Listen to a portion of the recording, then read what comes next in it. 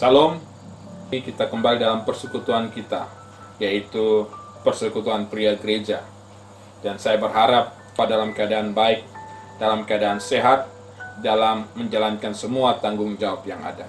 Oleh sebab itu dalam kesempatan ini, mari kita memberikan diri kita untuk kebenaran firman Tuhan. Sehingga sebagai seorang pria yang hadir di gereja, di rumah, dan di tengah-tengah tugas pekerjaan kita sanggup karena Tuhan. Oleh karena itu mari kita berdoa. Tuhan Yesus, terima kasih untuk waktu ini di mana kami para pria yang pada hari ini memberikan diri kami untuk Engkau melalui kebenaran firman-Mu. Perlengkapilah kami supaya kami bisa melakukan tanggung jawab kami dengan baik, dengan bijaksana, dan Engkau dipermuliakan dalam hidup kami.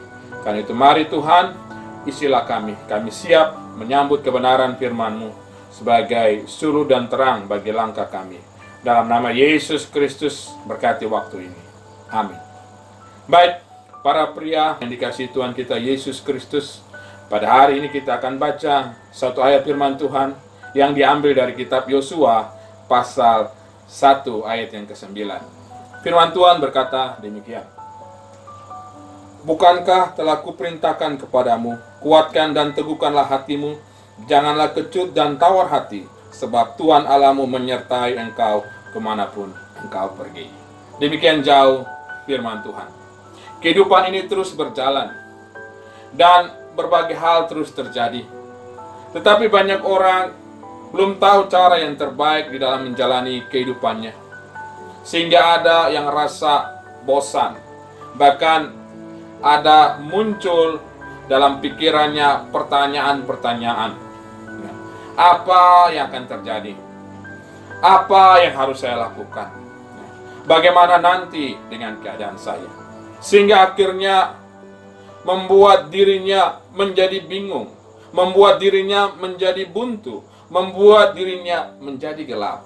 Tapi pada hari ini kita akan belajar dari seorang pria yang bernama Yosua. Sekali lagi, hari ini kita akan belajar dari seorang pria. Seorang pria ini bernama Yosua.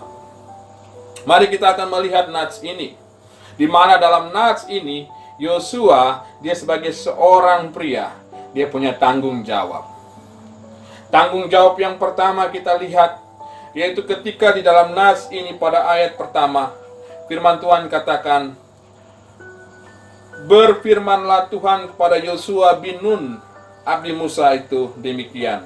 Hambaku Musa telah mati, sebab itu bersiaplah sekarang, seberangilah sungai Yordan ini engkau dan seluruh bangsa ini menuju negeri yang kuberikan kepada mereka, kepada orang Israel. Jadi ingat bahwa pria ini dia punya tanggung jawab. Tanggung jawab yang pertama adalah kepada Tuhan. Pada Tuhan ini di mana dia harus melakukan perintah Tuhan. Ini tanggung jawab yang pertama. Hidup ini bukan hanya untuk menyenangkan diri kita. Hidup ini bukan hanya untuk memuaskan kehidupan kita. Tapi ingat baik, hidup ini kita harus melakukan perintah Tuhan. Perintah Tuhan bukan sesuatu yang membuat kita menjadi sulit.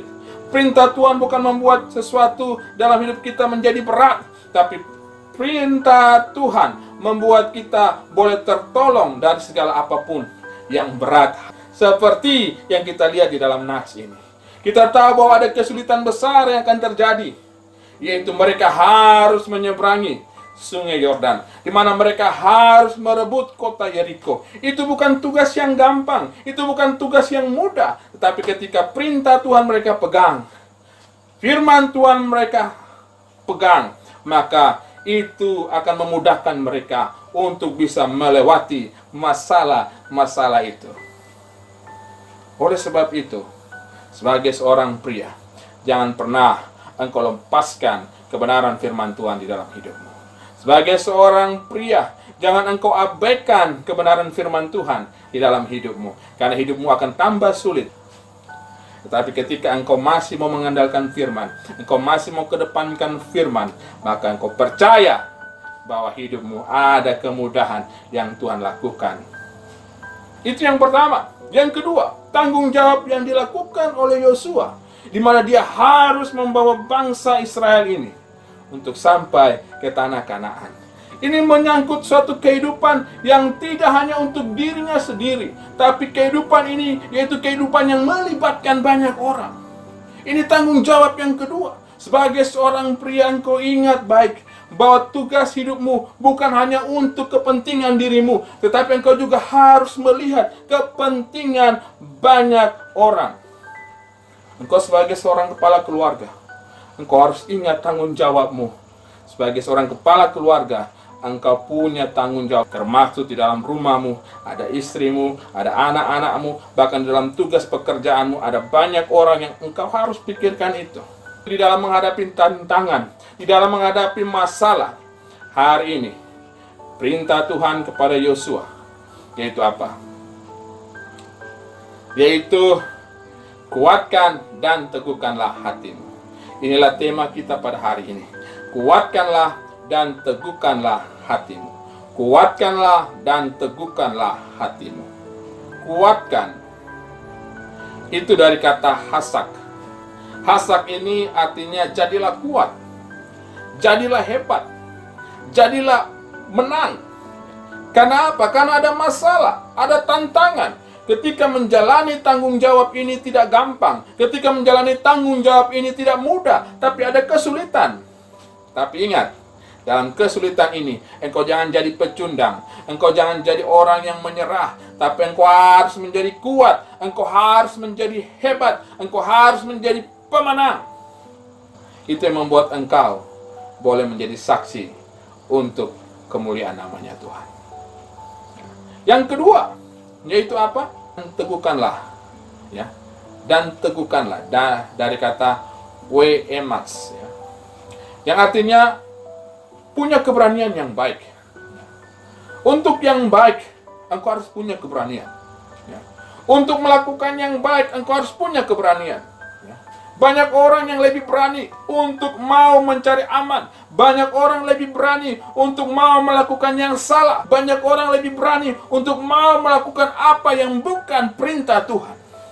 Kita harus berani dalam hal ini, yaitu untuk kebenaran. Kita harus berani dalam hal ini, yaitu untuk melakukan apa yang Tuhan perintahkan. Sekalipun itu berat, sekalipun itu tidak gampang, mereka harus menghadapi tantangan yang lebih besar. Oleh sebab itu jangan kecut. Kata jangan kecut ini dari kata yang diartikan al-ta'arots. Ya. Al-ta'arots ini artinya jangan takut, jangan gemetar, dan jangan cemas. Untuk melakukan yang baik, untuk tetap menjadi kuat, dan memiliki keberanian yang baik. Alkitab bilang jangan takut, jangan kecut, jangan gemetar, jangan cemas. Bahkan dikatakan pun jangan tawar hati. Itu dalam bahasa Ibrani dibilang we'al tahat, ya, yang artinya jangan kecewa, jangan berkecil hati, jangan cemas. Untuk tetap kuat dan memiliki keberanian yang baik, jangan engkau tawar hati, jangan engkau berkecil hati. Ya. Untuk hal yang baik, engkau harus punya semangat. Untuk hal yang baik, engkau harus menjadi orang yang hebat. Untuk hal yang baik, engkau harus untuk mau berani melakukan.